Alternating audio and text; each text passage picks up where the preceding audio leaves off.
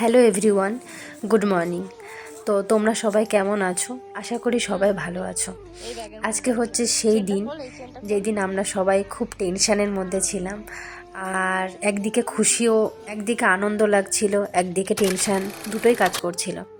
তো আজকে ছিল আমার দিদির ডেলিভারি। তো আমরা সবাই চলে এসেছিলাম নার্সিংহোমে। তো ওই নার্সিংহোমটা ছিল গোবরডাঙ্গাতে। নার্সিংহোমটার নাম হচ্ছে রেণুকা। তো তোমরা এনাকে যে দেখছো, ইনিই হচ্ছে ডাক্তার, ইনিই আজকে দিদির ডেলিভারি করবে। তো যাই হোক, এখান থেকে আমরা যখন উপরে যাই আমাদের ডাক দেয়, তো গিয়ে দেখি দিদিকে পুরো রেডি করে দিয়েছে। তো দিদির চোখে জল।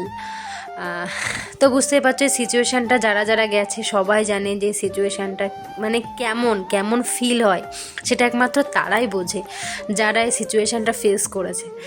আমরা হয়তো একটু কম বুঝবো, কারণ আমরা এই সিচুয়েশানটা এখনও পর্যন্ত ফেস করিনি, মানে যারা যারা এখনও পর্যন্ত এই সিচুয়েশানে পৌঁছাওনি।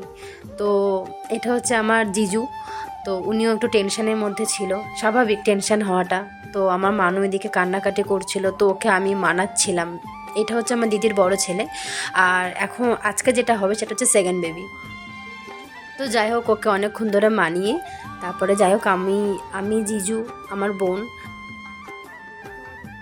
তো আমরা সবাই ওটির সামনে ওয়েট করছিলাম। তো সাডেনলি ভিতর থেকে বেবির কান্নার আওয়াজ পাই। তো যেহেতু ফার্স্ট ডেলিভারি দিদির ছিল, তো আমরা সবাই মিলে এখানে আলোচনা করতে থাকি। তো ওখানে সিকিউরিটি বলে যে একটু ওয়েট করো, এখনই বাইরে নিয়ে আসবে। তো যাই হোক, আমরা ওয়েট করছি এখানে।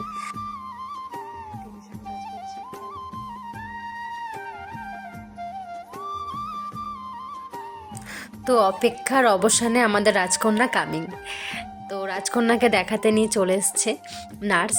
তো আমরা সবাই দেখলাম। তো বাড়ির সবাই তো ভীষণ খুশি। তো তোমরাই আমার মানুর মুখ থেকে শুনে নাও তার এক্সপিরিয়েন্স, তার মানে কতটা খুশি, তোমরা ওর মুখ থেকে শুনতে পাবে। একটু ওয়েট করো।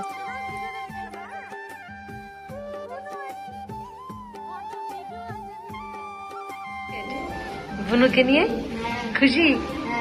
কি খাওয়াবি? এক্সাইটেড? তো দেন আমাদের ডাকা হলো দিদিকে দেখার জন্য। তো আমরা দিদিকে তারপর ওপরে দেখতে গেলাম। তো দিদি ঠিকঠাক ছিল, একটু কাঁপছিল, যেহেতু ঠান্ডা লাগছিল। তো ডক্টর বলল কোনো ভয়ের কোনো ব্যাপার নেই, ওটা হয়, নর্মাল ব্যাপার। তো যাই হোক, ওকে ওপরে নিয়ে যাবে, যেখানে আদার্স মায়েরাও রয়েছে, তো ওখানে রাখবে। তো যাই হোক, দেন আমরা সবাই বাড়িতে চলে আসলাম। তো এই যে